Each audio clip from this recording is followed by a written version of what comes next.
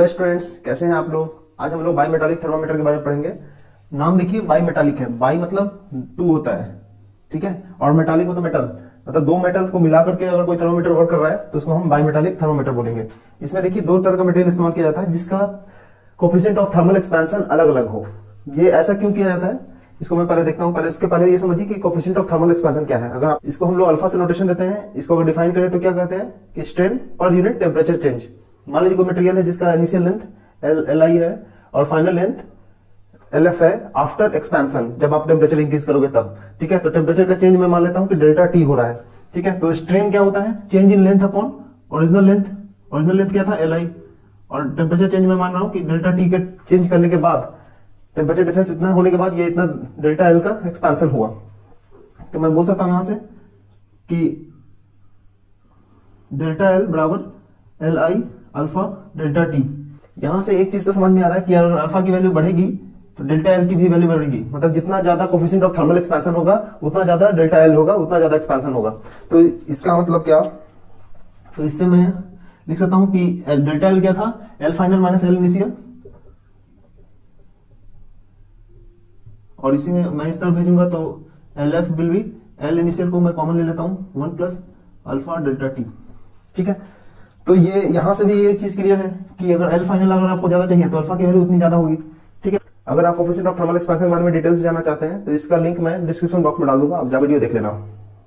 By metallic thermometer को समझने के लिए हमने दो मटेरियल लिया है, एक मेटल स्टील लिया है, एक हमने कॉपर लिया है। स्टील का कम होता है कोफिशिएंट ऑफ थर्मल एक्सपेंशन और इसका ज्यादा होता है, ठीक है। ज्यादा होने से क्या होगा, अगर अल्फा की वैल्यू ज्यादा है तो आपका जो एल फाइनल होगा, मतलब लेंथ जो इलोंगेट करेगा टेम्परेचर इंक्रीज होने की वजह से, वो ज्यादा होगा, ठीक है। तो कॉपर टेम्परेचर चेंज होने से क्या होगा, ये ज्यादा भागेगा, ठीक है, और ये वाला स्टील वाला आपका कम भागेगा। और एक चीज समझ में आ रहा है कि यहाँ पर अगर मैं इस थर्मामीटर का मेजर कर रहा हूं तो इसमें थर्मोमेट्रिक प्रॉपर्टीज क्या होगा, थर्मोमेट्रिक प्रॉपर्टीज वो प्रॉपर्टीज होता है जिसके हेल्प से हम टेम्परेचर फाइंड आउट करते हैं। तो पहले हम क्या करते हैं, वो थर्मोमेट्रिक प्रॉपर्टीज फाइंड आउट करते हैं और उसके हेल्प से हम फिर वापस से टेम्परेचर फाइंड आउट करेंगे। तो यहाँ पे देखिए कि अगर मैं टेम्परेचर बढ़ा रहा हूं तो लेंथ बढ़ रहा है, तो इलोंगेट हो रहा है। तो ये अगर मैं बोल सकता हूँ ना कि ये लेंथ का जो चेंज है वो डायरेक्टली प्रोपोर्शनल होगा अल्फा के।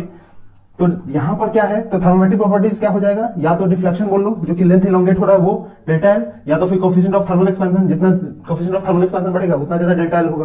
तो इस वाले केस में क्या है कि अल्फा ऑफ स्टील जो है वो लेस देन है अल्फा ऑफ कॉपर के। तो इसका मतलब क्या कि कॉपर वाला ज्यादा एक्सपैंड करेगा और स्टील वाला कम करेगा, ठीक है। बट ये दोनों मटेरियल तो कंपोजिट मटेरियल जैसा दिख रहा है, मतलब ये दोनों साथ में है। तो ये दोनों जस्ट लाइक वाइफ हस्बैंड है कि दोनों के बीच में डिसिमिलरिटीज है बट दोनों को साथ ही रहना है। डिसिमिलरिटीज मैं बोल रहा हूं क्यों, क्योंकि अल्फा अलग अलग है दोनों का। तो होगा कि जब आप टेम्परेचर बढ़ाओगे तो एक्सपैंड तो दोनों ही करेंगे, बट जो कॉपर वाला मटेरियल होगा वो ज्यादा एक्सपैंड करेगा, तो ज्यादा करेगा तो ज्यादा इलोंगेट करेगा। तो आप देखो इसका इलोंगेशन इसमें देखोगे तो लेंथ आपको ज्यादा दिखेगा।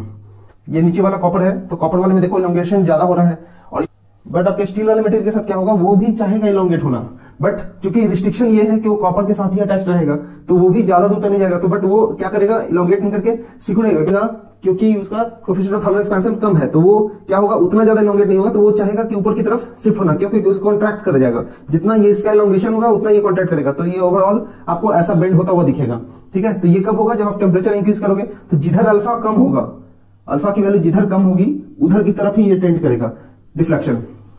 तो इन दोनों मटेरियल के बीच में हम पॉइंटर लगा देते हैं और फिर इसका मेजरमेंट देखते हैं कि ये कितना डिफ्लेक्ट किया है, ठीक है। तो जितना डिफ्लेक्शन होगा अकॉर्डिंगली हम इसको रिलेट कर देंगे टेम्परेचर से। तो इस तरीके से हम लोग डिफ्लेक्शन के हेल्प से हम लोग टेम्परेचर मेजर करते हैं। सेम सेटअप को अगर मैं स्ट्रिप के फॉर्म में लूं तो स्ट्रिप बनाऊं और उसका शेप मैं स्पाइरल कर दूं तो ये अलग सा नाम आ जाता है स्पाइरल स्ट्रिप थर्मामीटर, ठीक है। ये जो ऐसा शेप था अब इसी को मैं वर्टिकली अपवर्ड कर देता हूं, तो ये अब क्या होगा, जो इलोंगेशन होगा वो आपको यहाँ पे दिखेगा, यहाँ पे डिफ्लेक्ट होता हुआ दिखेगा। तो इसलिए ये एक अलग सा नाम है, बट ये इसका फंक्शन सेम वैसा ही है जैसे बाईमेटालिक थर्मामीटर का होता है। इसका एप्लीकेशन कहाँ है, आप जनरली जो ओवन इस्तेमाल करते हो या फिर थर्मोस्टेट जो एसी वगैरह में देखे होंगे लगा होता है टेम्परेचर के लिए, तो वो उसमें आपका बाईमेटालिक थर्मामीटर ही लगा होता है। जल्दी से आप बोर्ड का स्क्रीनशॉट ले लो सो दैट नोट्स बना सको। अगर ये वीडियो पसंद आया है तो लाइक कर दीजिए, चैनल पर नए हैं तो सब्सक्राइब कर दीजिए। अगर किसी और पॉइंट पर चाहते हैं कि मैं वीडियो बनाऊं तो काइंडली कमेंट करके बताइए। Thank you so much for watching.